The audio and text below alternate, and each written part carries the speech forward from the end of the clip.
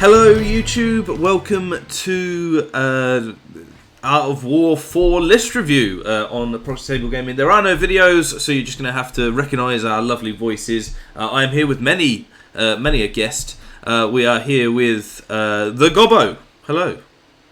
Good evening, you okay? Not too bad, not too bad. Thanks for joining. Thank you. We are also here with Skabfatt. Good evening. Who tonight is here also in a TO capacity, right? Mm-hmm. Yes. Yeah, I'm gonna take great pleasure in seeing what sort of shenanigans are gonna behold everyone at the tournament. Yeah, absolutely. And so that we actually know something about the list we're talking about, we have Craig, Mr. Craig Johnson, ex-double master. Yeah, cheers for chucking the X in there, mate. It's still a fresh wound, but you know, I said it never too early quickly. to get those sort of jabs in. And as long as we're only talking about beast herds, Yep. no good. But yeah, fine. Yeah, I'll chip in. Absolutely. No, that's fair enough. It's about 5% of the list. Yeah. Thanks for joining us, everybody. We're here to get onto the list, and I think let's get cracking, shall we? Unless Ryan, would you like to do a bit of something else first? Yeah, we'll do that first. Yeah, we'll go for Cool. that one first. So I'll hand over to you for the War of Art STL raffle. Yes, something that we mentioned in, I think it was the December show, the hobby show, Dan, wasn't it? Mm-hmm. So we've been inundated with all these companies supporting us for prize support for War of Art and Art of War, which is really fantastic.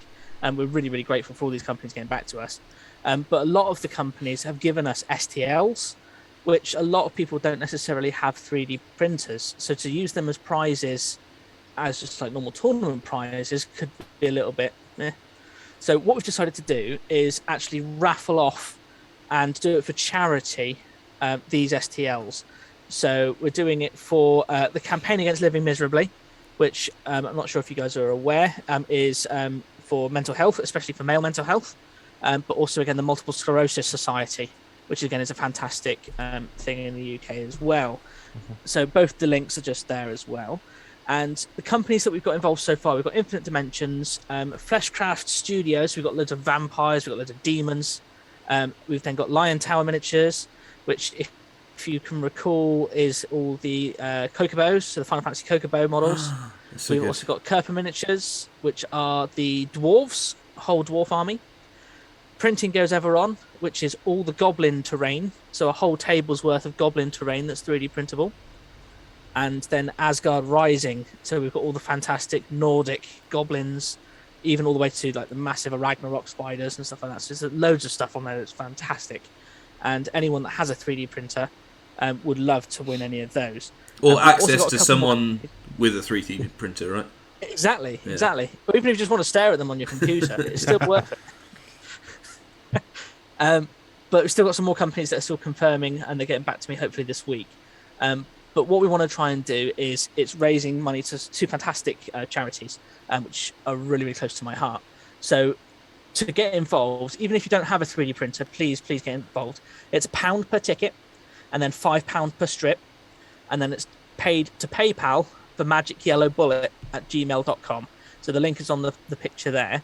And as we said, all of it's going to get split between the two charities, and it's going to go to a fantastic cause. Cool. Yeah, absolutely. Get involved, chaps. Will you be doing it on the day as well for people that want to? Yes. So we'll be doing the raffle draw on the Sunday afternoon. So just after the announcements, getting everything all done. Sound. So plenty of things, and we'll mention it again in the build-up videos as well. The Asgard Rising STLs were the reason that I got a 3D printer, so it's really cool to see them on it. In that, I wanted an Asklander army, and their Nordic stuff is so freaking cool. Yeah. So it was their files that made me buy a 3D printer. Both the positives and the negatives that come with owning a 3D printer. So yeah, I mean, even if you don't have a 3D printer, check the stores out on My Mini Factory for those guys, because it just is so inspirational seeing the amount of different molds that you can get out there. And most people can probably find someone with a 3D printer to print for them. Yeah. Oh yeah. There's quite a few people using them and having 3D printed armies and stuff like that coming to the tournament, or at least like units for armies as well. Definitely. at the minute. So it's definitely an upcoming thing, and people have bought the printers and not tried them out yet as well. That's another thing. But so if you're one of those or know one of those, then certainly get involved in this. 2 good charities and prizes to be won. Okay, let's get on to the main event, shall we? We are here for the lists, and to start off with, very, very nicely, we have Asklanders list. One of the only what do you call it? Auxiliaries. Auxiliaries, that's the word, yes. Very important when we haven't got cameras to use actual words. So auxiliaries is one of the only auxiliary army lists out there. So yeah, very cool. Can I just say before we go on, if you guys are on Instagram, go and check out the pictures of this. It's a fantastic army. The painting quality he's done on this is gorgeous. Yeah, and I'm looking forward to seeing it in the resin.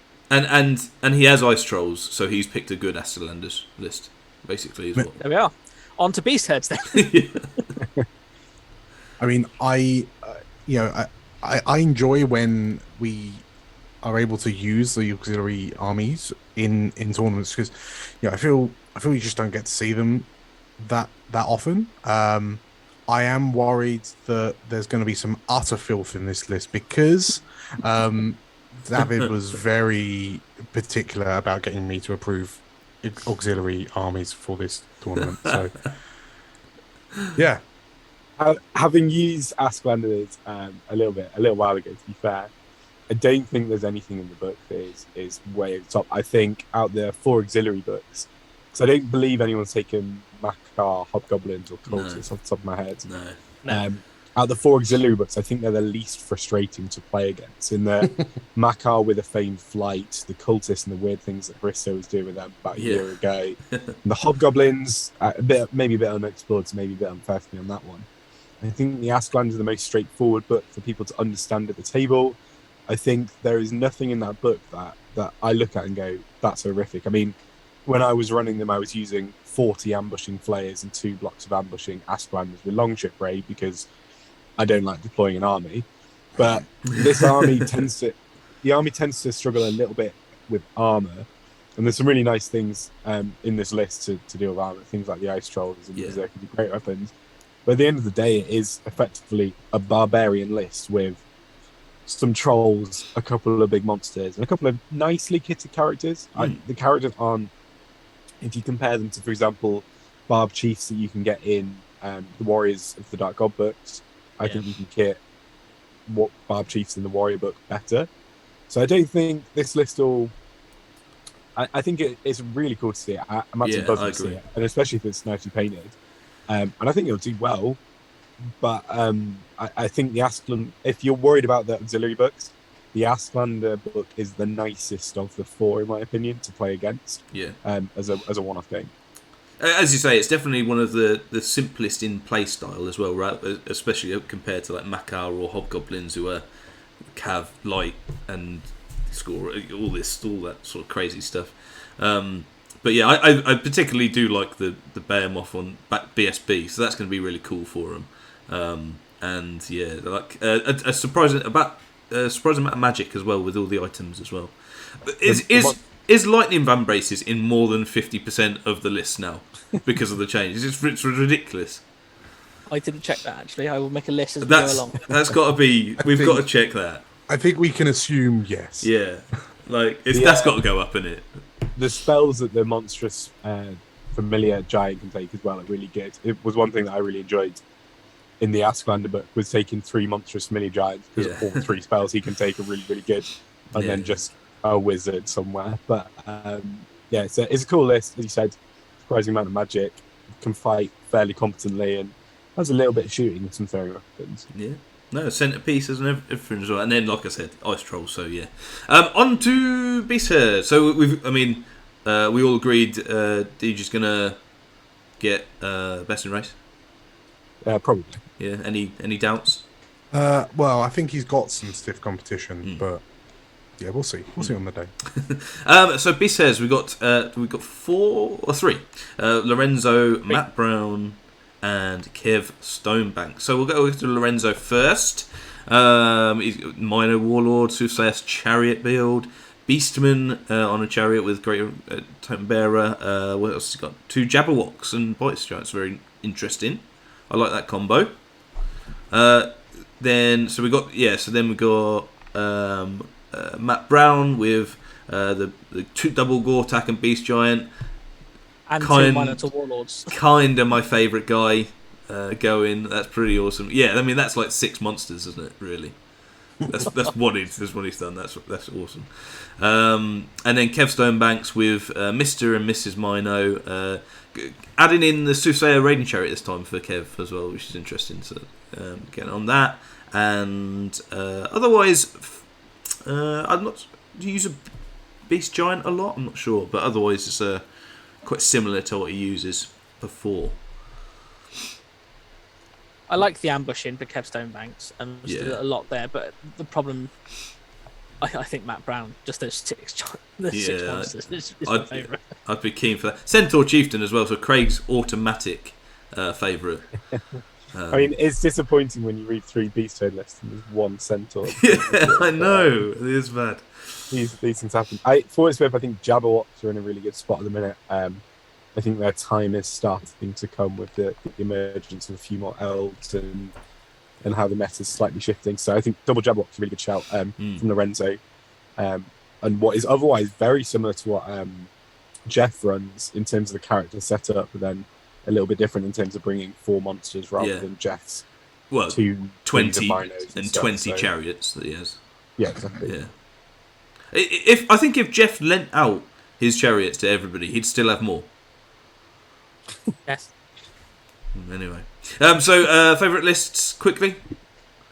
If you had to pick one, my favourite's Lorenzo's. I'm going Matt. I'm going Matt. I'm going Lorenzo as well. Oh, double. But we love the Kev the most. Yeah. You can talk in depth about his list on his podcast. It's fine. Anyway, on to demons, and after they win the Masters, Craig. There's 4 demons in this one. So we have Ed, who I think is the master, Craig. Then we've got Hugh, Slatch, and Chris Crawford. So, what we liking out of these? We'll go Chris first because that's the first page. Scourge and Omen this time rather than the Scourge and Courtesan combo. Loving the Myrmidons, Brazen Beasts, Blazing Glory. This is probably one of the punchiest. Slash Cornish. We don't mention Corn. Yeah, I mean that list reads as almost like the polar opposite to like Ed's list, right? Like that's an army that's gonna get up in your grill and make a mess. Do we like the Blazing Glories? Good. I mean, I feel like Craig, you would like them because they're very high movement and stuff. And yeah, I know he still loves them and he's been running for years as well. But for me, the Blazing Glories are very expensive to something that. I mean, they're an obvious magic missile target, right? So if you look at the rest of Chris's list, if you've got an ice and fire or a fireball or a lightning van braces, the obvious target is the Blazing Glory because everything else is slightly chunkier or tougher. Yeah. So I think that's where Blazing Glories have a slight issue, is that they've worked really well for a long time in the list that had the Slanesh / Lust chariots, whatever they're called, because there was multiple targets for magic missiles. Whereas I think Hugh's list does touch on that a little bit with Eilidons and the Fiends and the Serpents. If they are your only magic missile target, I think they become a bit of a liability. They are really cool, and I think they're a good unit. I think they are a little bit of a liability in some lists. Yeah, sure. Not a lot of I know demons don't really, but not a lot of numbers in particular with this list either. So.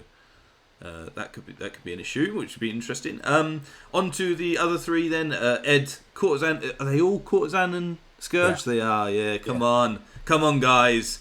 Snatch I know did very well actually at the Masters Open, and obviously Ed did quite well at the Masters as well. So looking very similar in terms of those ones, I think. Not running too dissimilar to the list they did. Has Ed got any more? Yes. Dark Hides. Yes, he has. So behind the scenes, I was chatting to Ed after the Masters, and he said to me, "Yeah, the thing that I think this army needs more of is more Dark Hide." So he's swapped out his Myrmidons for another Dark Hide Succuby unit, presumably to give him more time to gloat from his side of the table. He's also swapped the flying things, Veil Serpents, out for some more Eilidons as well, which I really like as a change. Okay, what's grasping proboscis on the Hellhounds? Something you can get cream for, I think. Quite possibly. That's a great question. Don't know the rules. Yeah. So because I know that looking at this list from Masters, they didn't have any. So is that the free channel on them? Roll F, grasping. Yeah, it's the Veil token. Yeah, okay, cool. So even more Veil tokens for that demon list and even more Dark Hide, so that'd be interesting. So it literally has 2 units, right? 1 unit. 1 unit that he puts down. Oh, the Hellhounds, sorry. Yeah, so 3. The Eilidons and the Hellhounds, yeah. So, and the Hope Harvester. So well, Eilidon's a scout, right? Oh, not supposed to. One of the units is. Yeah, sure. So he was saying the other day, we were chatting about whether he'd change the list, and he was saying that even if the opponent drops everything for first, there's still something like a 40% chance Ed gets first turn because he wins a tie. So he has been looking at that in terms of how to get those numbers down. Yeah, that's cool, man. That's cool. Hugh's list, Myrmidon Central, likes the Unhinging Jaw, is probably one of the better ones for Myrmidons as well. Eilidons, Clawed Fiends, and Veil Serpents as a thing. So Clawed Fiend champ isn't what do you call it, the magic one as well, is it? That's just the Veil Serpent guy. Yeah, I really like Clawed Fiends at the minute. I think they really suit what a lot of people bring in. Like, it's very single model heavy, and I think Clawed Fiends do very well against single models and have the speed to really annoy a lot of things. So it's cool to see those in, and yeah, pretty solid list as well. Yeah, and then Slatch's Imps, Lemur, so using everything else in core, which is nice. It's nice that everything's getting a go. Like you say, loads of Claw Fiends, so really pushing down, and big Threshing engines as well. So a pretty different list to the rest of them as well. So we've got like they're all fairly dissimilar actually. You got the I'll say Khorne again for IP reasons. The Dark Hide, then the Slatcher's list, very very different lists, and then Hugh's. I don't know. I wouldn't even say that's standard, but it's something I think he's used 2 Blazing Glories before. So who do we fancy? Favourite favourite list first. I like Chris Cornford. Okay. I really like Ed's list. I think it was really cool to see him in Masters with something so different. So to see the next evolution of that is really cool. Yeah, I mean, when we were talking about like Ed's army at Masters, when we were doing the commentating, I was really surprised at how off the mark I was in how I thought that army was going to play out. So to see it kind of pushed even further, I think that's going to be a nasty one to watch out for. Yeah, no, I quite like that Slatch has very very different things, so I'll pump him up a bit for that. But cool. Do we want to do best in race as well? We didn't do it for B-Surds. Let's go back one. Best in race for B-Surds? Lorenzo. I'll back Kev because no one likes his list. It's not that we don't like his list. It's that we've said it now. The other ones. That's on record, mate. I'm going to go Matt Brown. I will also say Lorenzo simply because I like the word Jabberwock. Fair play. That's a good reason. And best in race, Demons? Ed. Are we back in Craig? Are you back in the Master? It's a really solid set play, right? In that if you rock up to an event and you want to win best in race, and then you've got those 4 players, it's not the easiest run. Like some of the other races, like for example Asklanders, you're like, oh yeah, I'm well in with a shout here. But tricky field. I'm gonna go for. I'm gonna go Ed. I think in terms of best in race, Ed's army's the one that's going to catch most people out. I think. I'll go Hugh then for something different. Going back to the Demons after his KOE flutter, There's a reason he's chosen demons as well. Dread Elves, 5 of the Dread Elves. So in a pretty good spot, the Dread Elves. Amit returning as well for another one, which is good. And we've got Tanker on them, Marcus. I mean, another, we're saying about tough fields, Drew and Andy all on that. So that's going to be a tough best in race. Very, very interesting. We'll talk about the list now. The main similarity, I'll stop scrolling, I promise, is repeater batteries, right? 13. Yeah. Bloody They are repeater batteries. They are very, having used them now, they are very, very good. Yeah. It's their random spike potential. Like some turns they do like 2 wounds, other turns they will just drop a monster from full health. So yeah, they're really good, and they combo really, really well with evocation, which is what 4. Yep. 3 of the lists are on in the. With evocation, you can drop toughness with whispers. You can move them with dance macabre, and then you've got your snipes. You've got your hereditary from the warlock acolytes or twisted effigy, so it combos really, really well with evocation. So I think if you've got evocation and 3 reaper batteries, you've already brought a really nice tool set at range. Yeah, for sure.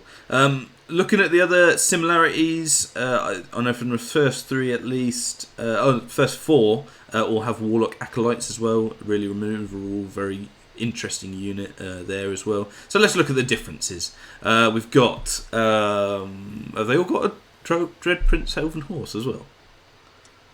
Oh, apart from Marcus, good old boy. Good old boy, you don't need a... One big thing I've noticed is that it's only 1 unit of Temple Militants. Oh, Hobshy won't be happy. The fall from grace. Yeah. Right. Absolutely. They're still, all the magic stuff on them, they're still good.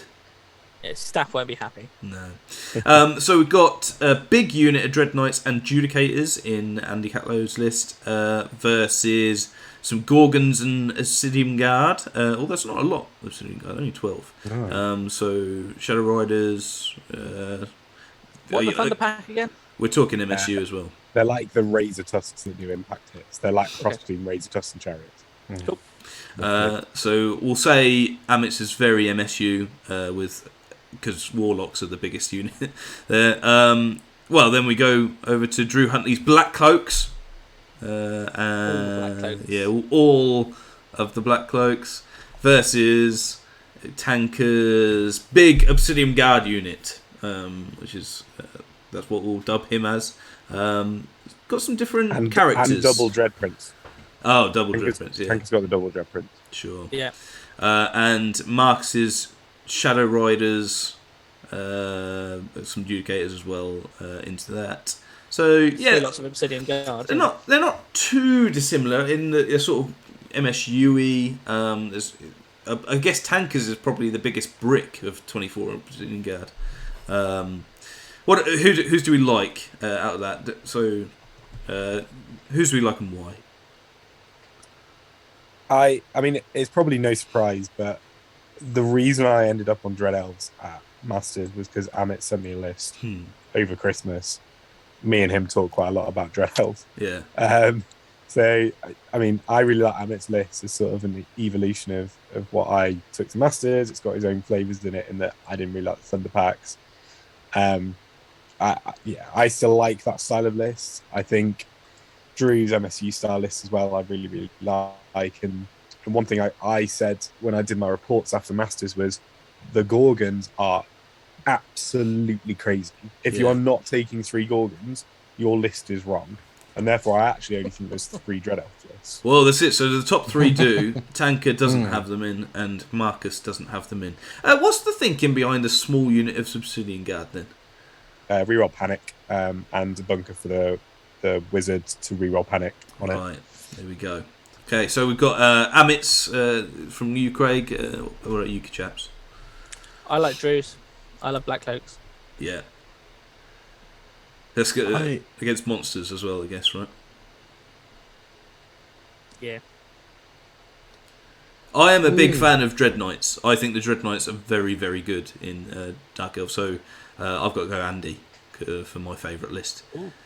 Because I like the Dread Knights. I think they're.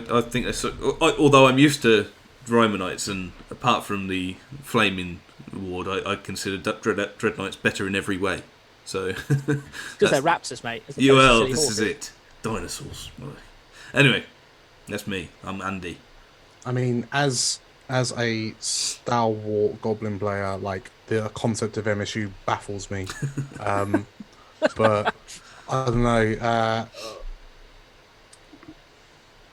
I feel like I'm gonna say like Marcus Lake. In my head, 10 models on 20 mil bases do nothing, but actually, when it's a Dread Elf player and it's a competent player, probably works. Yeah, and while Marcus doesn't have Gorgons, he does have the Eye of the Gorgon standard bearer, so he's nearly sort there. Of counts. He's getting there. Units of 10 squigs, mate. Best unit in the game. Very good. So then we got our favourites. Best in races. I'm sticking with Amit. Yeah, Amit. I'll go tanker. I'll go tanker as well. Yeah, bear in mind, tanker's got no Gorgon. Double Dread Prince, mate. I think Double Dread Prince is going. double Dread Princes that scored 0 VPs over the weekend. Yes, absolutely. They're garbage. You know, they got like a good general now, so they'll be fine. Dwarven Holds. There are two. They are one of PTG's favourite, Shane Shepherd. I'm scrolling a lot. Apologies for viewers. Doing his, his chisel with dwarves. I don't think anyone plays dwarves like Shane. So 17 bolt throwers. Exactly. Loves the ballistas. Steam Copters, interesting. I don't think I've seen him play them before, so that's cool. Right. Big unit, Kingsguard. 2 big units of Clan Warriors. And I reckon he's just borrowed those steam copters off Terry. Yeah, absolutely. So we've got that, and he's Killy King on his bear throne, whatever. And Simon Bronley taking the dwarves back to the dwarves again for him. So very much more of a mix of different things there, and a giant dwarf. Good man. Dwarf. Good man. Is it a dwarf giant or is it a giant dwarf? Well, giant dwarf, I think. You don't. Yeah. He's just a big lad. He's had a lot of pies. That's fair enough. Who's we like then? Favourite and we'll do favourite first out of the two. I prefer Simon Bromley's list mainly because I really enjoy the idea of the Godbuster. I never knew how to use them in the gnomes. But yeah, I like that, and he's got the giant, right? So the large giant. I just can't get away from Shane's pure aggression whenever he has dwarves. At least he's got chaff now. He used to run 3 big units and then just don't worry about the chaff because I've got so much confidence in my dwarves. Yeah, right. It's just ridiculous. So yeah, I'm a Shane fan, so I'll go Shane. I was going to go Simon purely because again, the more flying units in a dwarf list, the more I like it, and it's got the giant supplement giant. Yeah, so yeah, that's the 2 reasons. Cool. And best in race, Shane or Simon? Quickly without thinking. So I'm gonna say Shane because if I don't, he'll lock me in a cupboard. That is true. I'm going to say Shane because I hope he locks me in a cupboard. With Dan? Maybe. With anyone. I'll stick with Shane. Yeah, that's all Shane through and through. But Simon, well done for taking the giant dwarf giant. It's a big brother dwarf giant as well. So it's a 3/4 giant. Yeah, right. it's almost a giant. Right, Empire of Sonnstahl. We have 3 lists. So Darren, starting with the bottom one, taking 3 artillery, which is cool. A big unit of Imperial Guard, some light infantry, a big unit of heavy infantry, and arcane engine, which is nice, along with all the characters. 5 characters. I mean, that's Empire though, right? Then we have Sam Freestone going to Empire. I know he played Ogres. I didn't know he played Empire, so that's cool. He's played the Writer heavy list. I love Writers. I'm a big fan. If I'd have 30. I think writers are amazing, man. I think they're good. I'm not sure you can have 30, so that might be probably why no one's done that. And Matt Sewell taking even more artillery. 3 units of 15 flagellants. That's very cool. And a big electoral, big electoral cav unit as well. So what do we like? I mean, it's good to see Matt Sewell back. I don't think he's played at a tournament since 8th edition. And that is a very 8th edition Empire list. So that cav unit has to do some work, right? Yeah. All the guns have to do some work. Well, yeah. And they So do have a basically, lot all of the guns. characters are going to go hiding in that unit, then, aren't they?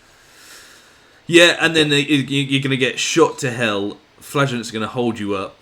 You're going to get shot to hell a bit, and then you've got to deal with the electoral cav. Oh, and there's 30 halberds. Yeah, someone's got to get the objective while you're being shot to hell. So cool. Sam Freeset, anybody? I'm a big fan of writers, so I'm automatically going that way. A decent unit of electoral cav. 1, 2, 3, 4, 5, 6 characters. So he is properly rocking in all the characters as much as he can. That's my favourite, I think. I love flagellants. Flagellants, so Matsul, yeah. Yeah. I really like Darren's list in that it's just basically one of everything. Yeah. And I quite like it, like even like the artillery, having like one of each artillery. Maybe you do want some redundancy in your artillery, but it also gives you options. Got a nice bit of combat with the Inquisitor and the Imperial Guard and the Arcane Engine. It's got a little bit of shooting with the crossbows and the different artillery, so I like it. It's quite a well-balanced, well-rounded list. Yeah, It is a set menu A, isn't it? And it's certainly all 3 different lists as well. So, without thinking, best in race, Darren, Sam, or Matthew. I'm sure he's Matt. I don't know. Mr. Sewell. I'm going to go Matt. Go Matt. Then Sam. I'm going Matt. Well, I'll go Darren then. Mr. Everything. Right, Highborns. Yay for the Highborns. Only 2. Aww. Only 2 lucky 6s. Missed a trick there, didn't we? One time I don't take them. Well, although I say that, Mark's there anyway, so... I remember the day he moved from Saurians to High Elves, and I thought, oh, cool, another guy, just try it, and then he beat me. Bastard. Anyway, Ancient Dragon, I Has he copied your list as well? No, he hasn't copied my list. He's on his own list, and he does really well with it. And I really love dragons, and he's got the Ancient Dragon.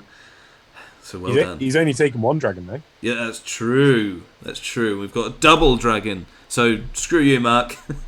But no real reason. Easily the best reason for his list, though, is 5 giant eagles. 5 giant eagles. I've just seen that. Yeah. I mean, best in race green seal. There you go, done. Yeah, the giant eagle pack.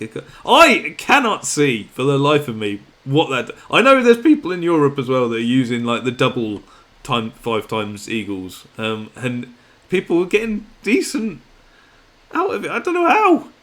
What's that do? You've seen the end of the Hobbit. You know what it's about. What's 10 attacks? Strength 4 do nothing.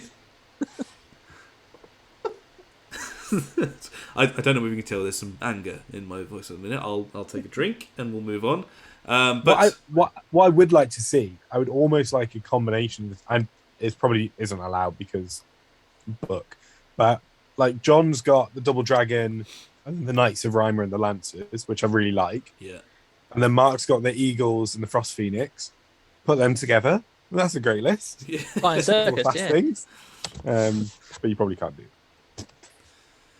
So 10,000 points. Yeah, I mean, I guess in terms of favourite lists, what do we like? We're all back in the Eagles. Eagles. Double dragon. Double dragon, yeah. I mean, 1 dragon I like, 2 dragons I'm more in favour of. So I've got to go with John for that. And best in race, does anyone see anything past a Mark Greensill whitewash? Double dragon. Double dragon. Oh, I like the. Yes, good. I'm going Mark though. Yeah, I think I'm going to have to go Mark. I've doubted Mark before, and it's doing to my peril, so I won't do it again. But well, fair play, John. I'm very much looking forward to seeing that list as well. I think that will be a cool looking list. Yeah. So on the table, Infernal Dwarves. We have 3, and I don't have to scroll, so you're welcome, viewers. Matt Champion, TO in while he's playing. So if he, let's see if he does himself a slow play. I'm just saying. I think Matt's the one to watch out for because at any given point he can simply dock the points of his opponent. Yeah. But yeah. Jake on it as well, and Joe Parmenter, hobby enthusiast as well. They say should all be 3 decent looking lists because they're very good painters as well. So that'll be really interesting. I've had the pleasure of seeing Jake's as well in person, so looking forward to seeing that again. What have we got in terms of similarities? So the rocket battery, no, pretty different actually. Lots of infernal infantry. How many bastions? Just looking. 1, 2. Oh, Joe, fair play. You haven't got the bastion. Yeah, I think Matt sleeps with his bastion now. Like has it under his pillow. He lives or dies by that thing with his blunders. I'm interested to see that because the other 2, Matt and Joe, have disciples. I'm interested to see why Jake hasn't got them. I don't because I know that he likes them in Tauric Enforcers with the Overlord with Tauric Ritual, which is just something a bit different and quite nice. And I think that's sort of why is the Tauric Enforcer points are effectively the disciple points, and means the Overlord can run around with them. Let's try something different. That's very cool. So essentially, we have Kadim Titan. The only Kadim Titan is that? Oh, with Matt. Well done. Walking Earthquake, 3 artillery, disciples, and the shooting from the core. And the giant. Let's not go past the giant. I'm not looking forward to Matt's list because for some reason, every time I go to Art of War, Game 4, I always bloody play him. Last time he shotgunned off my Grail Duke. Well, there we go. Yeah. Jake's has Naps the Throwers. We've got obviously the Torok based special, and the Bastion core going as well. Double Profit. What's that? Yeah. Oh, and we got Joe rocking the Lamassu Scholar. So fair play for that as well. I quite like. I mean, that's an expensive bull though, isn't it? $960 for a Great Bull of Shemet. Prophet General. I suppose it does everything, right? Well, it'll have to for $960. Yeah, it'll have to for 1,000 points. Yeah. Excuse me, but so also got Disciples, Tauric Enforcers, 2 rocket batteries, and the big boy on the bull. Who's we like best? I'm personally going with my boy, Matty C. Yeah, he slipped you a $5, I know. Yeah, I know. It's a good egg, but I do like Jake's army, and it is beautifully painted. So I'm going to go with Jake. I think I'm going to have to go with Mr. Parmenter's list, just for it's the closest thing to a dragon. So. Well, it's got wings. Well, exactly. So the Great Bull of Shemet. So by that idea, the fact that the Lamassu's got wings as well is basically double dragon. We got double dragon, boys and girls. We've done it. My favourite is Joe because I keep raving on about fast, big occultism models. And I think the occult profit on the Great Bull is absolutely nuts good. And then I think the Lamassu's a really cool model. I'm not convinced it's amazing, but I just really love it in terms of the models. So for those 2 models alone, my favourite is easily Joe's. Just as a slight devil's advocate here, what if he runs into one of those Dread Elf lists? I think he does fine. The Great Bull is really manoeuvrable. The occultism magic can really hamper the Dread Elf list. So things like the Breath Weapon, Pentagram, Mark for Doom or Grace Call can both do damage to it. The Bull is really safe in that it can heal with Pentagram. It just doesn't sit in range of 3 repeater batteries. So I think Joe will do fine. I think he's got the tools to do all right. The Disciples are pretty good against Dread Elves generally as well. So the Bull has to do work. I think the Bull will be fine. I think if you play sensibly with one of those big occultism models, then it does consistent damage for 6 turns and never dies. By the way, Greg, I think your occultism magic is the best pod was the reason Paul Godbold took the vampire in the Masters Open, and he come third. So you might actually there's credit on both fronts there. I know what I'm on about. People might not think that, but I do. Yeah, I do know what I'm on about. No, and it can't be. So that's our favourite list. The best in race. Jake. My boy Matt. Mate, he has paid you lots. Yeah, Jake. yeah. Just because I can't see. Yeah, he's a good player and knows his stuff. I mean, that said, I'm playing Matt that list next week to give Matt some practice, so I might change my mind in a week's time. So we'll re-record this in a week. Yeah, okay. I'll edit it in. I'll send you a voiceover. Yeah. Or I'll let Craig do the editing. I know he likes that. Next up, Kingdom of Equitaine, possibly the best army now going round, for no reason whatsoever. We have 6. It is our most popular. Perhaps because every Kingdom of Equitaine player knows that they're going to get nerfed like hell in the next 2 weeks. So I'm just getting the best opportunity. Oh, that might just be me. I'm not sure. So we have. Let's look at I guess it's the difference is the knight, what type of knights they've got.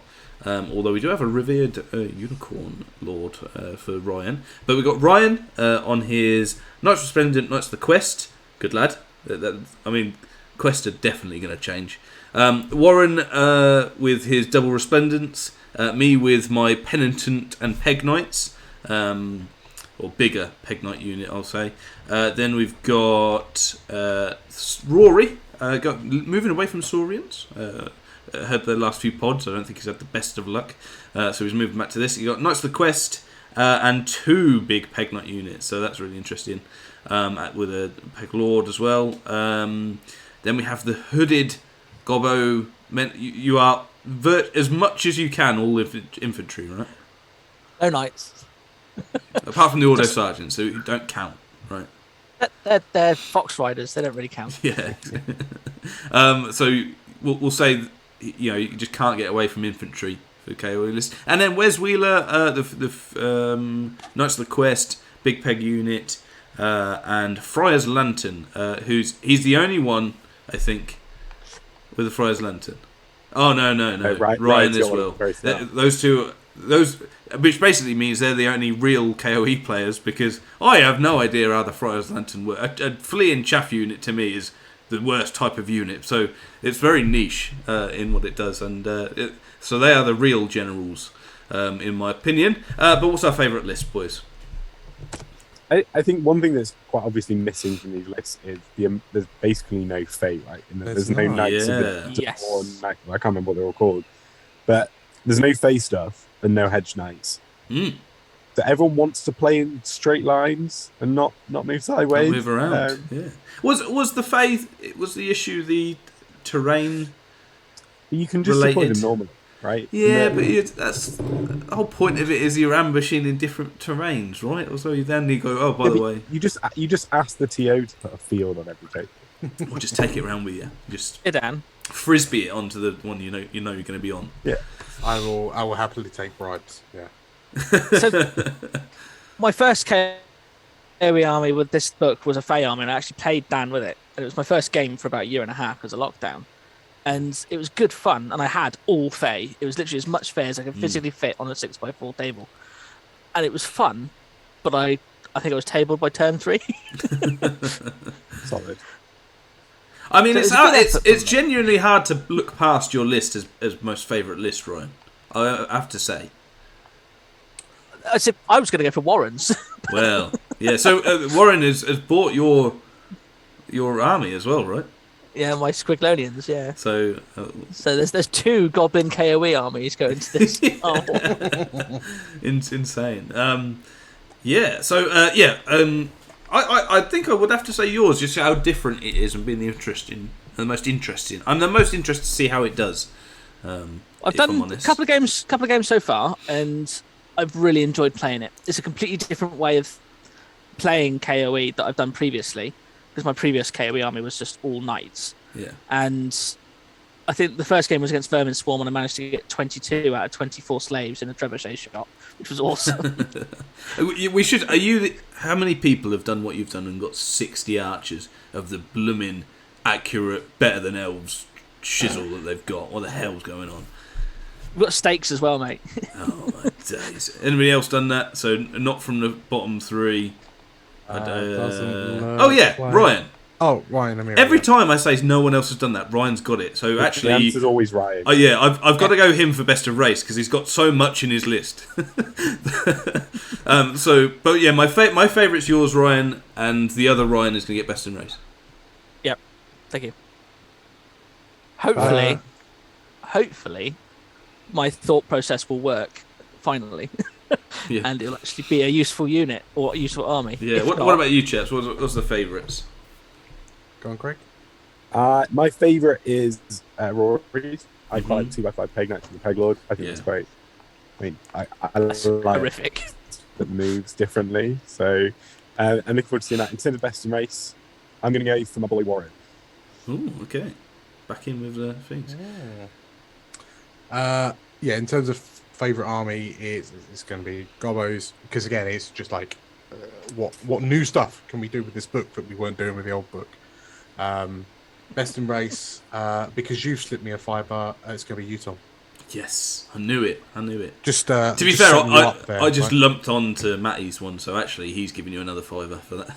But I should say as well, we should shout out Wes. I think this is the third tournament in a row he's taken KOE.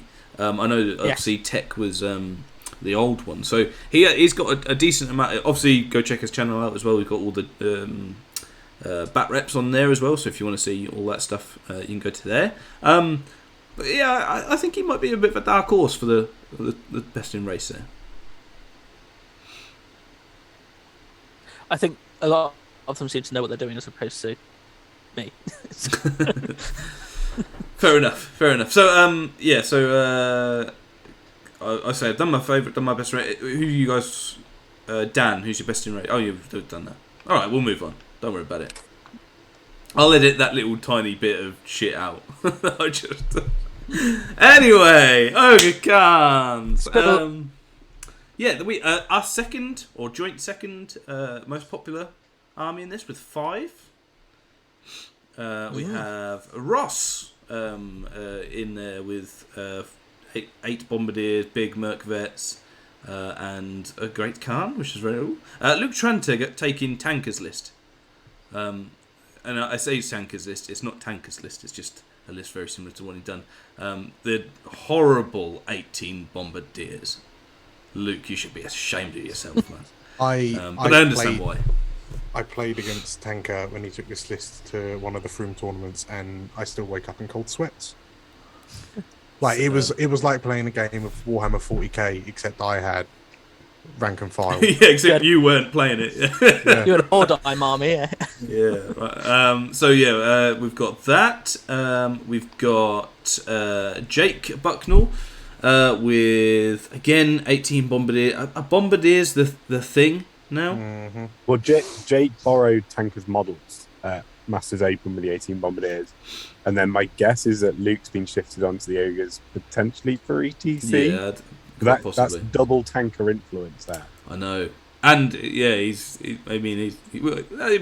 influences all in his own way, doesn't he? That boy. But yeah.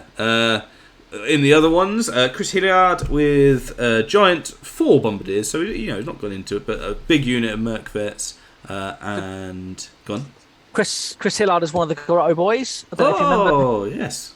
So he's in the Navy. So this is the second Art of War that he's managed to come to. Okay. The last one he did vampires, didn't he? He did. Back But in this the is day. an entirely old hammer metal ogre army. Oh wow, very cool. And it is painted beautifully. So every single model is at least 20 years old. Oh mate, awesome. So when you see that, just really have a look at it because he's done a fantastic job of that. Yeah. And then we have Sam Jolly's Frost Mammoth. He's the only one, probably apart from Ryan Amari, that doesn't have. Oh no, we've got 2 Frost Mammoth. Damn. I keep coming out with these exclusives that aren't exclusives. So Sam Jolly again, another Grotto boy. So again, I don't think he's played a game for about 2 years. Nice. And he's playing 5 on the weekend. Oh, Good he'll be fine. He'll be fine. Yeah, Break man. him in softly. Yeah, Remember to give him a hug. Game 3 of day 1. exactly. So who's looking at our favourite style of list? Chris's is mine. I've got a soft spot for Scrapple. So as soon as I saw the word Scrapple, that was my favourite. It's actually a halfling hot pot, just to let you know. There we go. Love it. Even better. Sold. My favourite, I think, is going to be Chris. It's definitely not going to be Drake or Luke's because Yeah, I'm afraid. it can be nightmares. Yeah, Chris Hillard. Yeah. Let's go. Oh, what's Ross got? 8 bruisers, 9 tribesmen, 5 mercs. A bit of everything. He's going bombardiers. I'm a bit. That's too many bombardiers to be favourite. So yeah, we'll go full sweep on Chris. Especially, So we went for the list with the least bombardiers. yes. And that's and with the and for moral reasons, we should all go for that for best in race as well. Yes. Right? Well, I feel like this is more of a best in race expectation. So I think this is the first time Ross has wheeled out his army in about 40 years. About that. So, and you know he's been talking the talk like a champ. So I'm Yes. expecting to see him swinging for the fences. Yeah. He'll be top 5 Podium for sure. Yeah. in Ogre Khans. Yeah, top 5. Top 5. Yeah. I'm interested to see how Luke, as you say, Luke gets on with the Ogre Khan list as well. So because I know that that specific list has done pretty well before with Tanker and with Tanker's coaching, perhaps outside. If he's ever played Space Marines, he'll be fine. I'll back Luke as well because I play him quite a bit as well. So see what he can do with that list. So well done, ogres, orcs and goblins, the fun army. We have 4. 3. First off on the ogre side is Rob Cousins. So the not Cardiff Open. What is it? Renegades. Bale Renegades. Vale Renegades. No, well, we call it Renegades. But yeah, the We do now. Yeah. Taking what's it got? Green Idol, Giant, Green Hide, Catbot. Notice I always go for down up as well. I don't care about characters. Characters bore me, unless they're dragons. Apparently, then I have a soft spot. 19 Iron Orcs, War Chariot. Yeah, a bit of everything. Some goblins. Yeah, just a bit of everything really. I do like the Orc Warlord on a chariot. Hmm. It's one of the things I do like about orcs. I don't really like orcs normally, but yeah, awesome. Yeah. So we've got Rob in the bit of everything chariot characters. Jordan Davis, one of the Chester boys, rocking some again Green Idol, Giant, some splatterers, and little bits of everything. Lots of riders, mounted orcs, which is pretty cool. I'm genuinely surprised that we are not drowning in pyromancy, apprentice, goblin, chariot, like goblins and chariots. Yes. Because that new fireball chariot, like it's so cheap for what it does, and that especially now fireball's replicable. I was genuinely. How much more is it for the apprentice on chariot compared to a normal chariot? It's like it's in the grand scheme of things, it's like pennies. Yeah.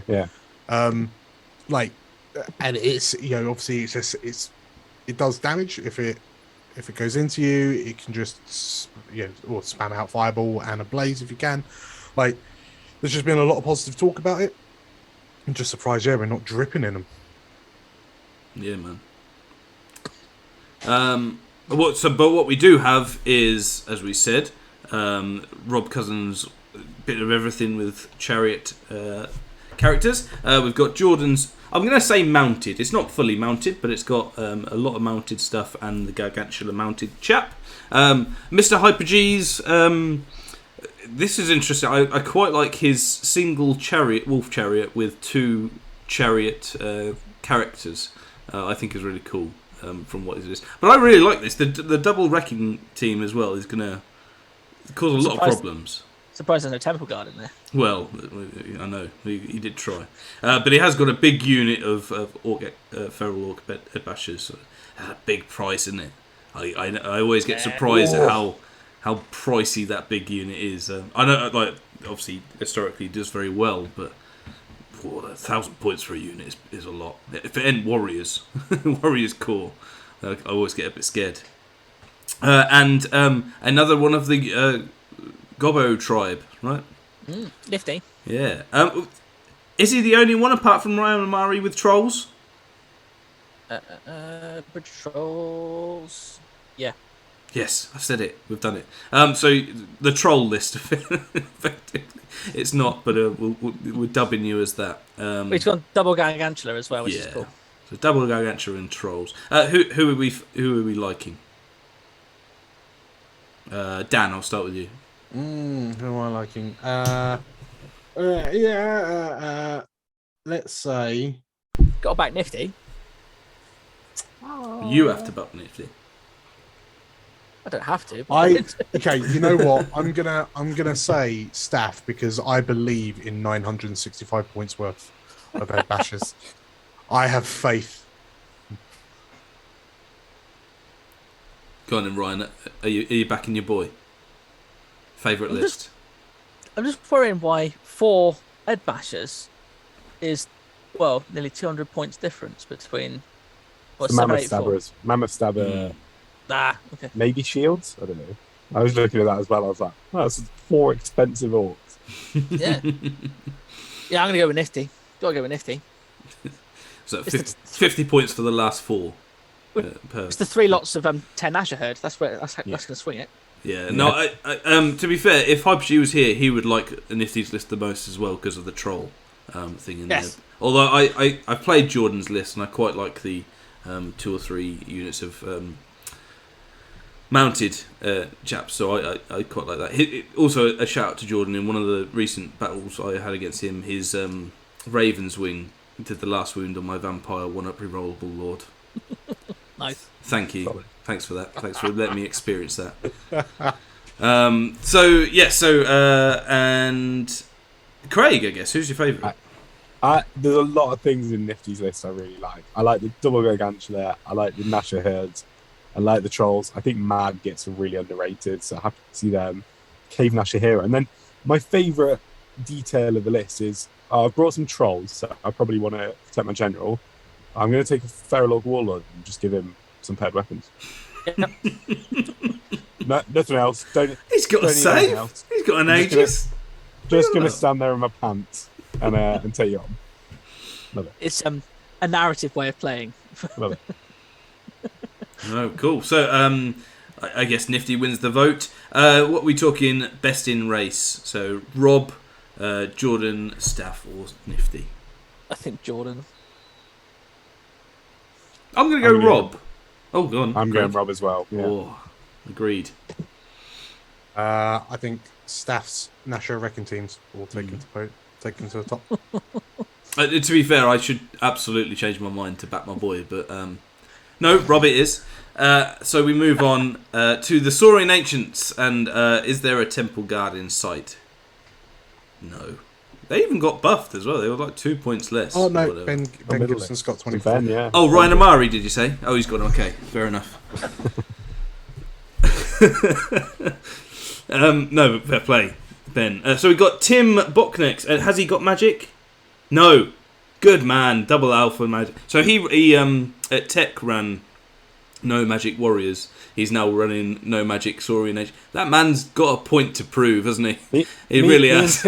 Me and Tim keep rocking up with the same book. So we both had warriors at Tech, both Monster Mash Heavy, and we've both gone through an Ancient. Yeah. I was very close to submitting double alpha with a skink priest, and I'm so glad I didn't. But yeah. Yeah, no, it's double. That's. I mean, he gets some serious cool points. To be fair, awesome. for that list, Mr. Craig Johnson is there with your list. Talk us through it. Just got a lot of stuff, hasn't it? A lot of stuff, isn't it? It's basically guerrilla heavy. It's not super guerrilla heavy in that it's just basically you've got 4 single models in the monsters. Can't remember what that section's called in the book. Mm-hmm. The Rippers and the Pterodons, as well as the Raptor Cowboy and the Saurian Warlord with Raptor Spirits. It's just trying to play into basically. I like using single models. I like my Lizard Men. Double Stitch is pretty cool. I'm looking forward to seeing that. Yeah, I'm looking forward to using it. I don't think Saurians are still. They're not competing for the top half of the books, I don't think. But I'm looking forward to using them. Yeah, should be fun. Yeah, fair play. And Ben, obviously, a big Temple Guard unit, and Thyrus Scooters, which I forgot was in the book. So I love them. That's cool. I quite like that. I mean, again, showing how much those coattles cost as well. 740 is quite big for essentially just the Temple Guard. A unit filler. Babysitters, yeah. Yeah, right. And double points for general and standard or whatever as well. So that'd be cool. So I mean, that one's sort of like big brick really in the middle with other stuff flying around it. Then we've got Timbok next to no magic. That's quite cool. 3 cool lists, I think. I think all 3 deserve a slight clap. But who's our favourite? Quick question about the survivability of alphas versus repeater bolt throwers. I mean, Starfall Shard. Starfall Shard one's all right. Yeah, one of them will survive. I'm gonna go Tim because again closest to Double Dragon. Oh yeah, I'd have to agree. Double Komodo dragon. Yeah. I'm going Tim's for the coolest list as well. Yeah. Although I've always been a big believer in Temple Guard, and it will really piss Hyper G off if I go for Ben. So Ben's that's another reason. So Ben is going to get my. In fact, Tim's my favourite. Ben's my best in race. Sorry, Craig. So you snubbed him in Orcs and Goblins, and then you've gone double down. Yeah. Back to Temple Guard. Totally. Makes me happy. I think he'll just pip you by 1 point because of the Temple Guard. Temple Guard to get the objective in round 5. Sorry, Craig. Brilliant. Craig, do you back yourself? Yeah, 100%. Yeah. Good man. And best in race, Dan and Ryan. Well, a man that exudes that much self-confidence. Exactly, yeah. Yeah, I'm going to go for Mr. Johnson. Fair play. So moving on to Sylvan Elves, and good to see 3. I know we got a lot, but Sylvan Elves I've got a soft spot for, and you don't see him a lot around. Josh Burns rocking Sylvan Elves as standard, I would say. Artem did very well in Masters Open, from what I can remember. Did he come second? I'm going to say it was second or 4th, because I think Slatch came 3rd. But, and James Ledwood as well, one of the Bristol chaps, I believe. What have we got? We've got Josh's moving around everyone. Big Forest Rangers unit, quite interesting. Artem's Kestrel Knights and Dragon. Good man. Excuse me. I got so excited about the dragon. And then James is Heath Riders, Tree Father. So he's got double Tree Father, which is cool. Did they get a bit of a hit in the thing, from what I can remember? It went up about 25 points each. Oh, wow. Okay, so and all Art and Blade Dancers. Yeah, okay, cool. What's striking? Let's come out as striking. I quite like the Kestrel Knights double. Yeah, double Kestrel Blade Dancers. Yeah, that's my favourite. I think it's really cool to see the variation in these Sylvan Elf lists. Even in like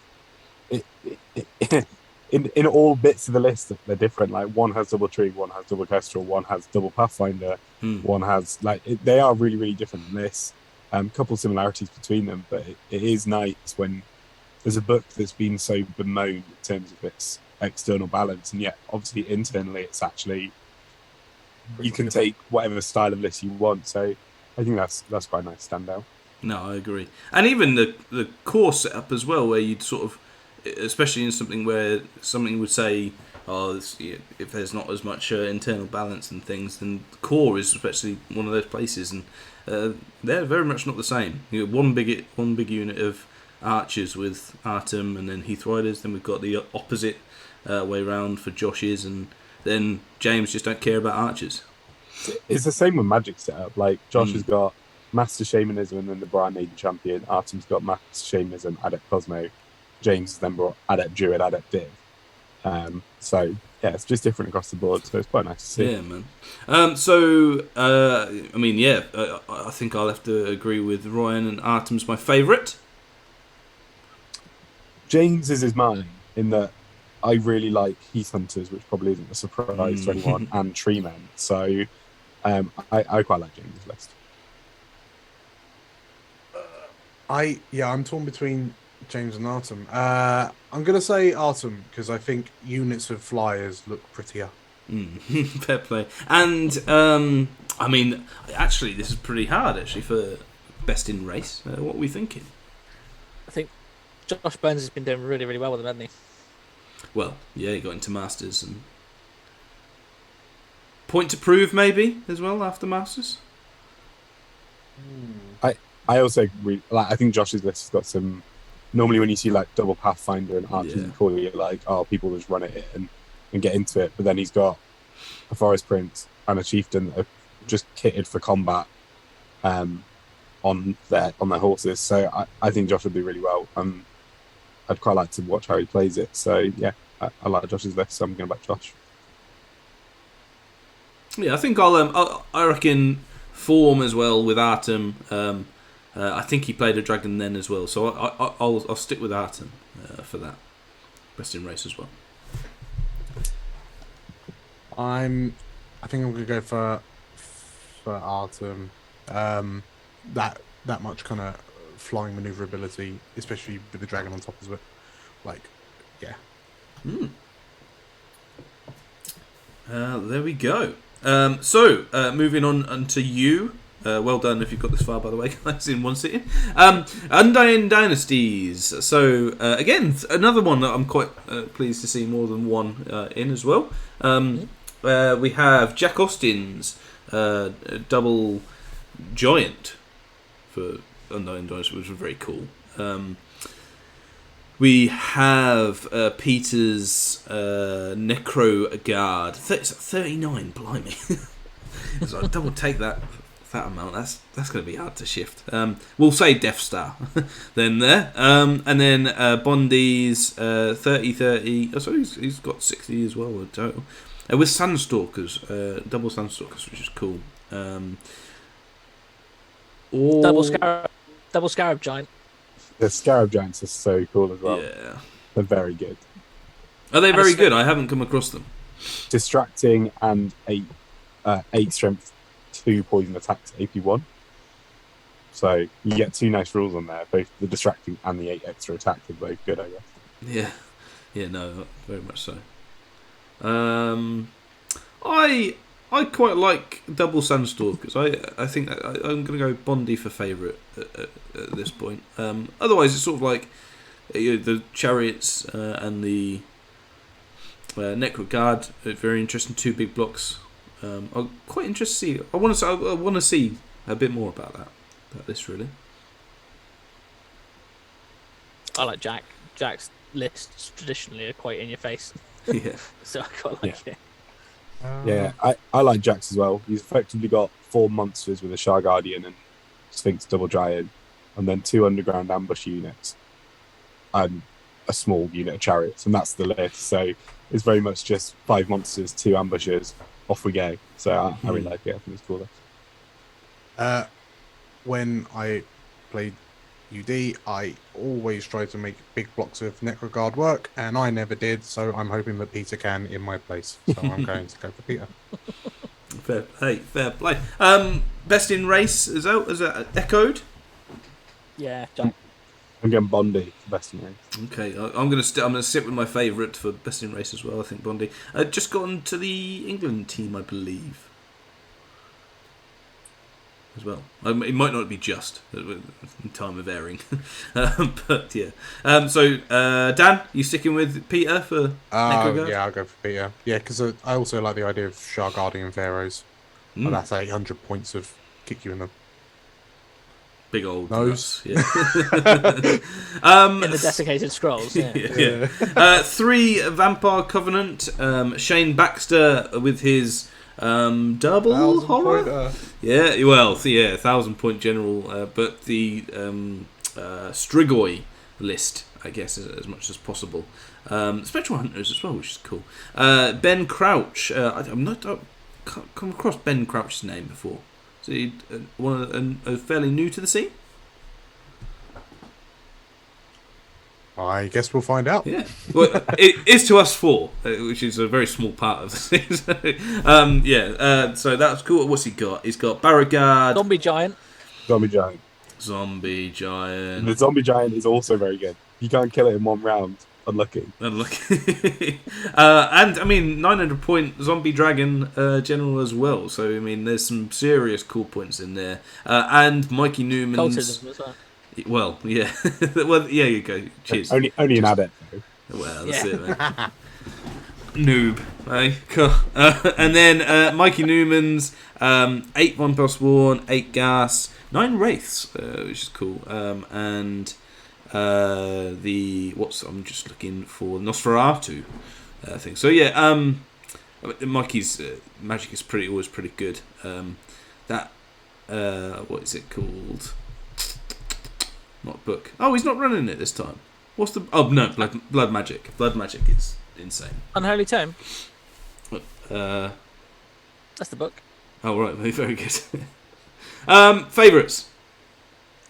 Zombie Giant. Sorry, Ben Crouch. I'm going to Shane.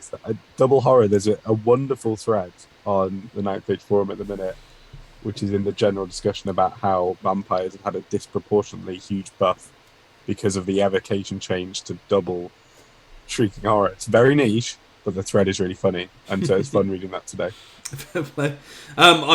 Shane has showed me some of his work in progresses as well, and I am favourite in him for that.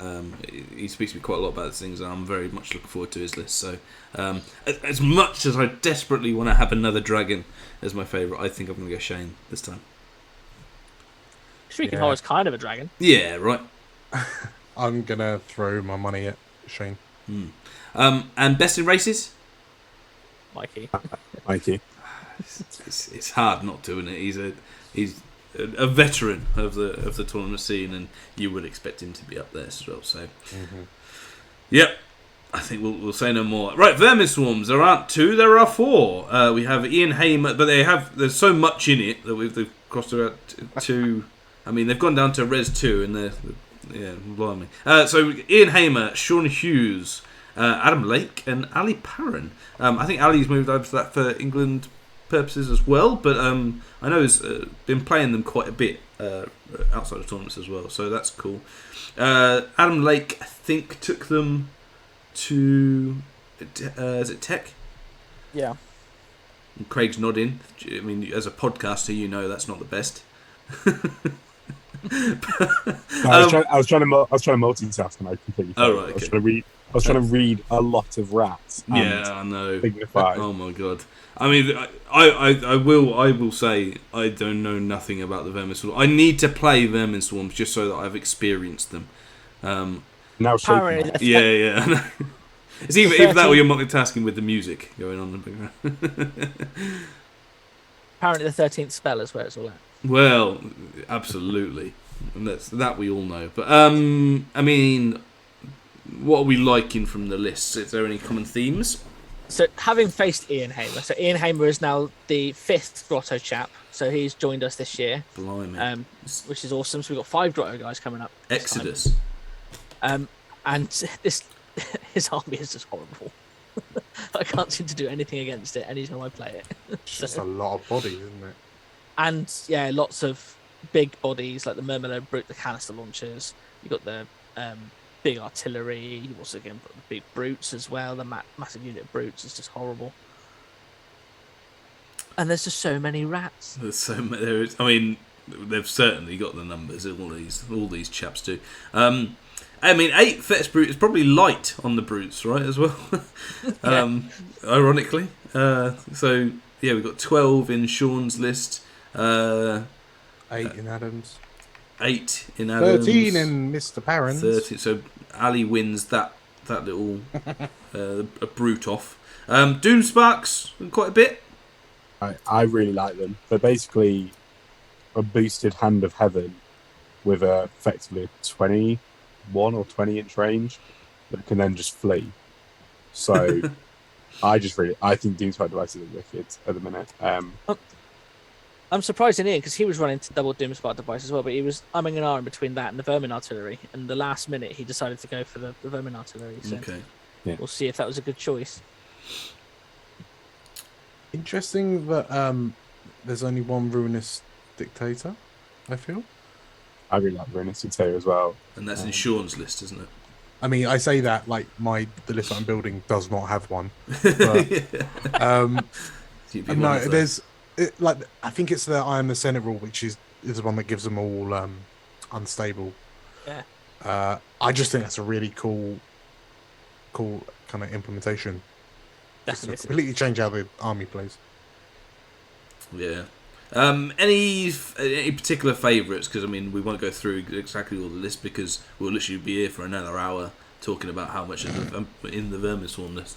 But any particular favourites? No. Fair enough. I use there's certain armies that like you read through. I will like put up with reading like Dwarf list or like Empire Gunline. As soon as we got to Vermin Swarm, I'm just looking at these and I'm just going, I just really, really miss the old stuff. I'm sure these guys will have fun with their weekend. I'll pick Adam for having a drill team. I think he's the only one with a drill team, and I'll say that confidently, as I've said the rest of he's the only ones. I'm going to go with Ian Hamer for the 10 giant rats. I'm going Mr. Hughes. Yeah, the Ruinous Dictator wins it for me in reality as well. Sure, and is that same for Best in Race? Best in Race, I'm going to back Ali. I think he's got a lot of the tools that Vermin Swarm can benefit from at the minute. It's the new Doomspike devices, the Fetus Brutes, the Doomblade, a couple of towers. I think it's a pretty solid list. Yeah, I think I'll do the same. I know he's been looking at Vermin Swarms as well quite a lot in the last few months, so I'll go Ali as well. Yeah, same. Yep. Right, on to Warriors of the Dark Gods, and this is our last army. Very, very well done if you got this far. But 5 people in this. We have Andy Barton, Ben Dunford, Ricky, Barry, and Matty P. Matty P, doubled Wretched Ones. Good man. I know he liked them in his last few things, and he's doubling down. We have monsters in Andy's. I mean, is this a bit of a sore point, Craig, when we look at Warriors and this, the lack of... I mean, how many monster points is it? Yeah, it's a little bit of a sore point, but I still think the Exalted Heralds are really good if used in a sensible way. So it's an interesting list, Andy. It's a bit of everything. We have in Ben's list the Feldrak Ancestor, which I mean, there's been more and more out there really. The Chosen Lord just on foot. I'm trying to look. Yeah, just on foot, boy. Sorcerer. Then presumably both going in the big warrior units. 5 Eldras. Again, a bit of everything in that. There doesn't seem to be a particular theme. Ricky's list, we've got Forsaken One, Elder, Big Chosen Knights, Chosen Wrath. These don't come out enough in my opinion. I use them when I do Warriors. They're awesome. That's such a good unit. I think they went down as well, which I guess is why you weren't seeing them before. But really, really good. Dan, did you have Wrath when we did our Warriors armies? No, my chosen were Greed. Yeah, no, but I reckon Ricky's been talking to Ken a bit too much. Yes. Matty P's got the sorcerer character and then a whole lot of stuff, loads of big units. I know he swears by the warrior knights with Wrath as well, but yeah, 2 units of Wretched Ones are going to be hard to shift for some lists for sure. And then we have double chosen knights for Barry as well, and a dragon. Oh, and a dragon, and a chimera with wings, so almost double dragon, but not quite. If that Wasteland dragon is wizard adept occultism, I'd be very interested.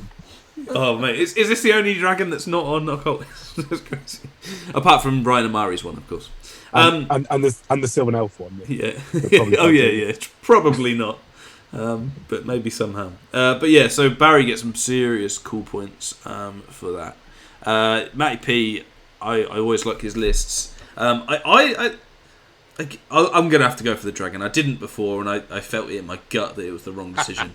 So I'll go for the dragon as well. I quite like the difference between Barry and Matt's in that being on the same page, in that Matty is invested lightly in characters as far as warriors go, and you just get so much stuff. Whereas Barry's just gone for two quite souped up characters, and then just 3 blocks. 4 blocks, I guess. So Barry's got my favourite list. See, I like the double wretched ones. I think that's one of my favourite units. But again, the 5 chosen knights as well.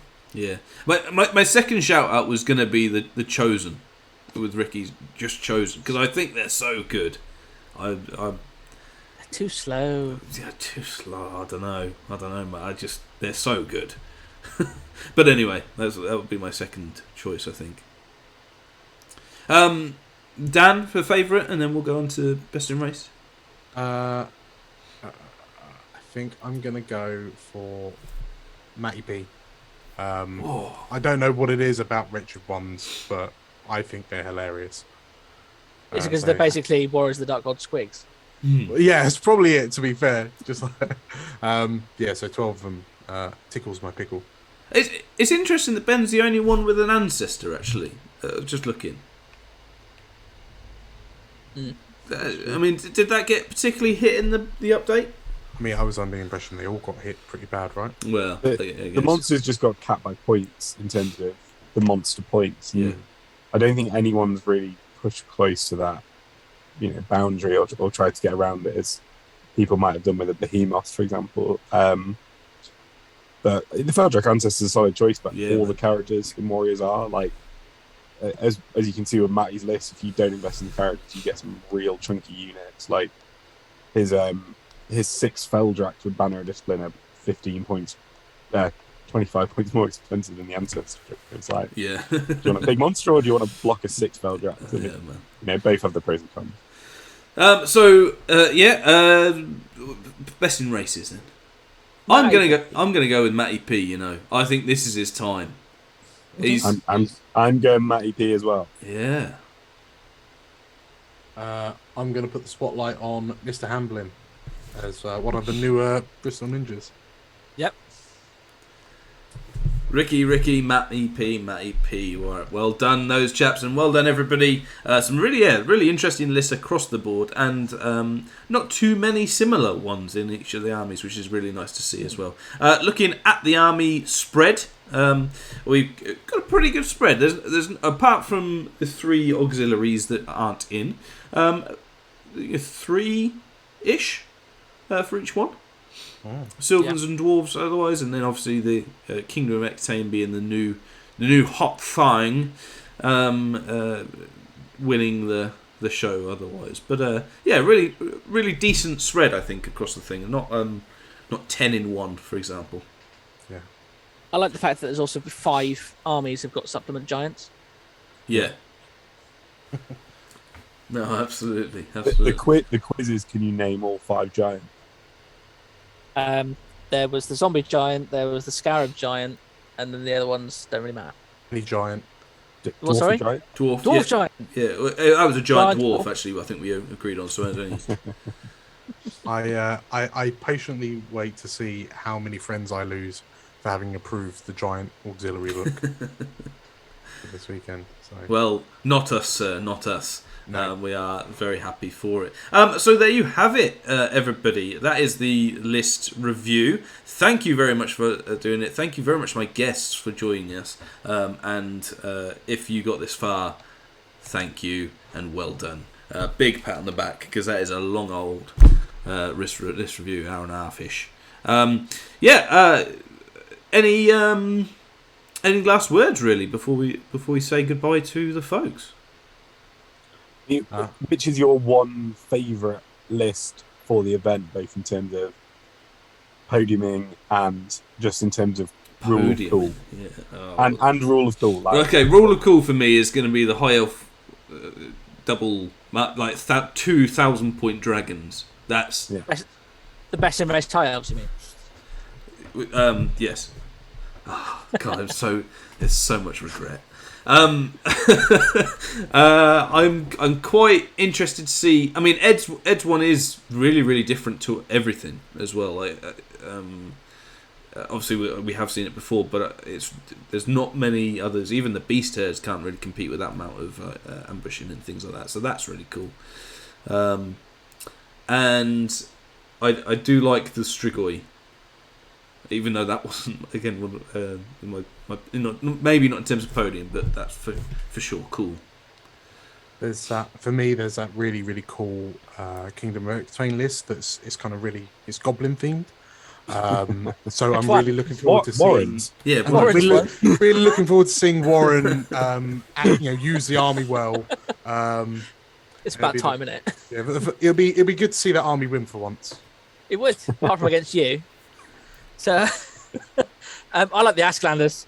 Again, the models are just gorgeous, and I love the idea of the army. I don't know if they're going to be any good, but I just love them. And Craig? I mean, I was happy when I saw Saurian Ancients come out and somebody had gone double carnage, so I'm going to give a shout out to Tim. Yeah, no, absolutely. And to say that there's actually a decent amount, if you're going back to like the occultism bull, 1,000 point, lots of 1,000 point models going around. Almost more than I thought I would see. So that is cool. So well done everybody for doing that. But yes, thank you very much for joining in. Do go and I think there's a few other pods that are doing some list reviews and things like that. Craig, thank you for joining us from yours as well. Thanks for having me. No, any time, my friend, any time. We always love X-Masters on here. We're always fans. All of us elite gamers here. Yeah, right. I definitely dish out way more than I should ever. But yes, we also have quite a bit of stuff coming on in terms of Art of War. Obviously, we've got the bat reps coming, but in terms of the next sort of week or so, we've got a live draw coming soon. Oh, we should say the lists will be with you shortly. I think this goes out on the Friday. I think the lists are coming out to the public on the Monday, so not much time in between, and plenty of time for until the tournament for you to look at these in a bit more detail. We have a live draw coming up. I want to say Sunday, the something, which is really good that I've got this information to hand. Sunday the 13th. Sunday the 13th on the channel. Very, very soon, and probably on the forum. I'll put a link up for people to watch it if you'd like. That'll be probably around 8 o'clock. On Sunday, we will also, as well as doing the live draw, then we'll be announcing the secondaries and objectives and things like that. And yeah, I think that's about it in terms of things. Dan and Matty champion are TO-ing. You excited for it?